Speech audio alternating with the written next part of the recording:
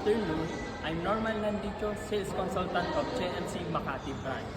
Introduce ko lang po sa inyo itong brand new GMH drop side. Okay. Ang ating GMH is naka-wide side mirror, halogen headlight, and naka-fog light. Tara, pakita ko yung loob ng kanyang po yung loob ng ating cabin. Power steering, adjustable steering wheel,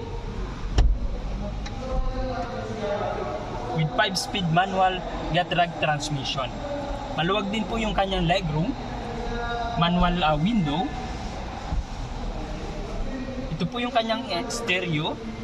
Ang advantage ng ating GMH, marami po siyang storage. Tulad ng lagayan ng mga documents,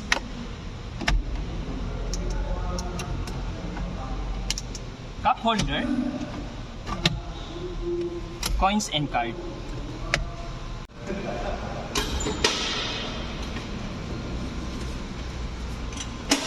Cabin with 2.8 liter CRDI turbo diesel engine 4GB1. Naka-multi na po siya harap at likod with shock absorber. Tayong warranty na 3 years or 100,000 km whichever comes first.